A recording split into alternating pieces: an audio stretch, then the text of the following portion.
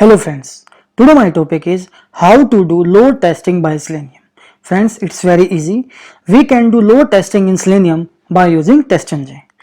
We have two parameters in TestNG. With the help of that, we can perform load testing.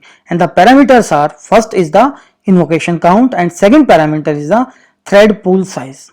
Let's understand one by one. First one is the invocation count. Friends, this parameter indicates the number of times the method executes. In simple words, we can say that invocation counts tell that how many times TestNG should run this test method. This is the syntax. The syntax says we have to pass invocation count and its value under the @test annotation. Friends, here is the example. In this example, what I am doing, I am trying to validate the title of the page. It's very simple program, and here with the help of this program I will try to make you understand that how invocation count works. First of all, this is our class and this is our method. Here @test annotation we are passing invocation count equal to 3. It means that this whole method execute 3 times. Here I have already written that value 3 means this method will run 3 times. If value equal to 4, then this method will execute 4 times if everything is fine. So on the other hand, when we run this code, this method will be executed 3 times and we will get output like this. Here the test method name is, you can see that load testing, and here you can see that load testing method pass, second and third. All the 3 methods has been passed, but here in program you can see that I have written only a single method, but here the invocation count value is equal to 3. That's why this method executed 3 times. Now let's move to the next one, and the second parameter is the thread pool size. Friends, this parameter is used to tell the TestNG to create a thread pool to run the test method via multiple threads. Friends, when we use thread pool, it's decrease the running time of the test case. To make it more clear, let's take an example, and here is the example. Class name is performance and load and method name is load testing, and this is the way to pass the thread pool size parameter under the @test annotation. The important thing is that if you pass thread pool size equal to any value, and if you are not using invocation count, then thread pool size equal to any value is useless. It means that if you want to use thread pool size, then invocation count is mandatory.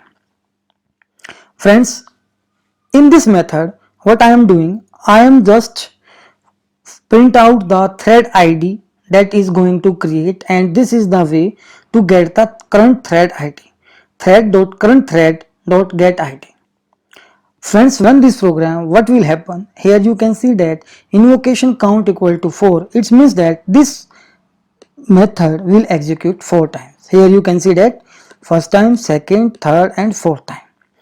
But here thread pool size equal to 3. It means that when we execute this program, only 3 thread will be created, and here you can see that thread ID 10, 11 and 12. Here the fourth thread ID will be start as one thread completes from the first 3 threads. So this is the way by which we can do load testing with the help of Selenium. Now let's move to the Eclipse and try to execute the program on the Eclipse. Here this is the first program. Here the invocation count equal to 3. When we run this program, the Facebook URL will be hit on the Firefox browser and validate the title of the page 3 times. If I run this program like this, go to the run and TestNG, and the execution will be start, and this whole program will be executed 3 times. Now you can see the execution. First time Facebook page has been opened.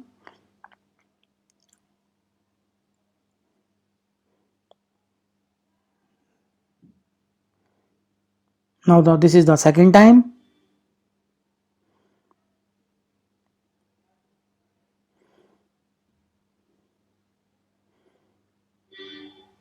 And now the execution will be start for the third time because invocation count equal to 3. Now after third execution it will stop.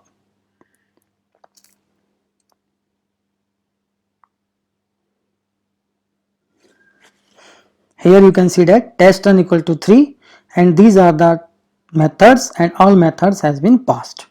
So now what will happen if we write here invocation count equal to 1.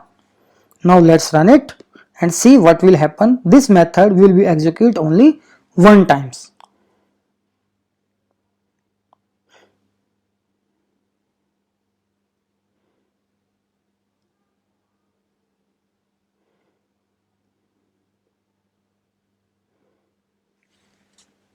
Now you can see that only one method has been passed. Now what will happen if we put invocation count equal to 0? Now let's run it again and go to the testng.this. And here you can see that test run equal to 0. It means that if you give invocation count equal to 0, no test method will be execute that comes under the annotation @test having invocation count equal to 0. Now let's move to the another program, and this is the program. Here invocation count equal to 4 and thread pool size equal to 3. Now let's run this program and see what will happen. The execution will be 4 times. Here you can see that 4 methods has been executed having name load testing. This is the method name, and here the 3 ID created 10, 11 and 12.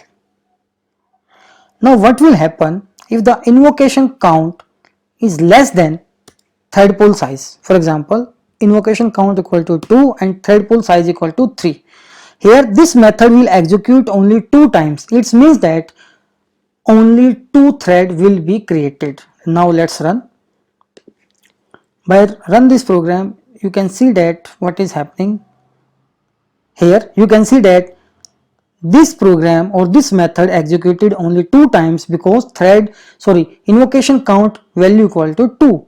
So thread pool size cannot be more than the invocation count. If you are trying to do this, then you can see that here invocation count equal to 2, thread pool size equal to 3, but the invocation count equal to 2 here, that's why only 2 thread will be created. It means that thread ID created cannot be more than the invocation count. Now what will happen if the invocation count equal to 0 and thread pool equal to also 0? Now let's run and check it out what will happen.